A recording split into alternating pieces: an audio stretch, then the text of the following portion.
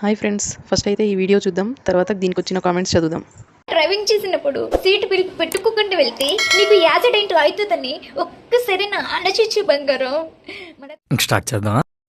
ఏం చేసావురా, దీన్ని ఇలా అయిపోయింది. సీట్ బెల్ట్ అంట పెట్టుకో. మరి తెలీదు, గుర్తులేదు, మర్చిపోయా. నాకు యాక్సిడెంట్ కాలేదు కానీ నీ వీడియోస్ చూసి నేనే చచ్చిపోదాం అనుకున్నా.